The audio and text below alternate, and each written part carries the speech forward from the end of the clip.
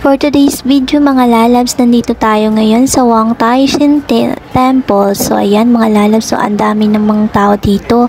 Ang dami palang pumupunta dito para magdasal. So ayan, nag-aalay sila. Ayan mga lalabs, ganyan sila dito. So ayan, napakaganda pala ng temple dito. First time kong pumunta nga pala dito mga lalabs, hindi ko alam na meron parang temple dito. At nakita ko lang sa friend ko na isa din, so kaya pinuntahan din namin. So ayan, first time kong pumunta dito, napakaraming tao pala na mga Chinese na nagpumupunta dito. At may nakita nga pala kami mga lalabs na halaman, kakaibang halaman siya. So ang halamang itong mga lalabs pala ay dinidisplay lang sa mga temple.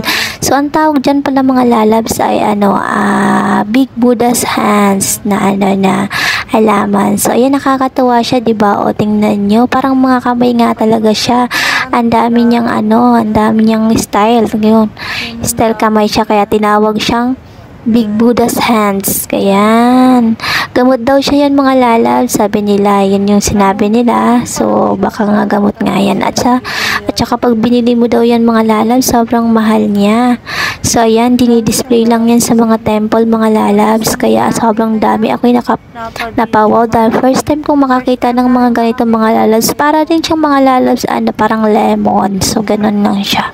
So, ayan, tuloy-tuloy kami sa paglalakad. Iikutin namin to hanggang sa maikot namin lahat. So, ayan, ito pala yung general office nila. So, ayan.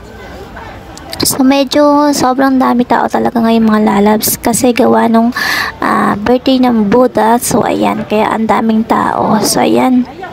Tapos, yung ibang mga lalabs, under renovation siya. Kaya may mga saradong place siya lalabs. So, ayan. Ayan o, ito sana mga lalabs dito, maganda sana siya dito. Kaso lang, under renovation siya, kaya sinasarado nila.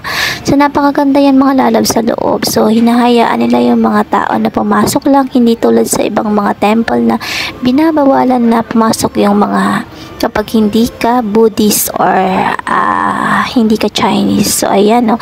Pero dito, hinahayaan nilang open lang to sa public. So, ayan, makakapasok ka kahit sino man sa inyo. Kaya mga lalabs, kapag pumunta kayo dito ng Hong Kong, huwag niyong kalilimutan na pumunta tong Wang Tai Shin. Tapos napalapit na lapit lang pala itong mga lalabs sa Diamond Hills. Doon din sa Diamond Hills, napakaganda din. So ayan o, nakakatuwa itong parang bato nila na ginto.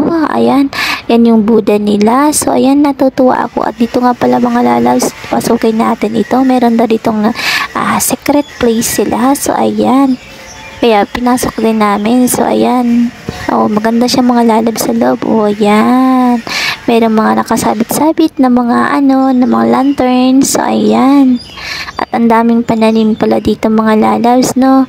So ayan, dito nga pala itong mga lalabs sa Hong Kong ha. Kaya kung pumunta kayo dito ng Hong Kong, wag yung kalilimutan na pasyalan nito. So libre lang dito mga lalabs, wala siyang entrance. So ayan, at ito na, pakit na tayo mga lalabs. So yan, meron pala silang ganito dito na makaganda. Ayan o, tingnan nyo naman yan. Ang ganda din pala talaga dito. Buti na lang nagpunta kami dito ng friend ko. So ayan, first time ko rin pumunta dito mga lalabs. So ayan, medyo matagal na rin ako dito nag-work sa Hong Kong, pero ngayon ko lang ito napuntahan.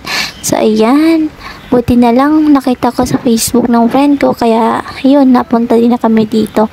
So ayan mga lalabs, so ikutin natin yung paligid para makita nyo rin naman yung view. So parang nakarating na rin kayo ng Hong Kong.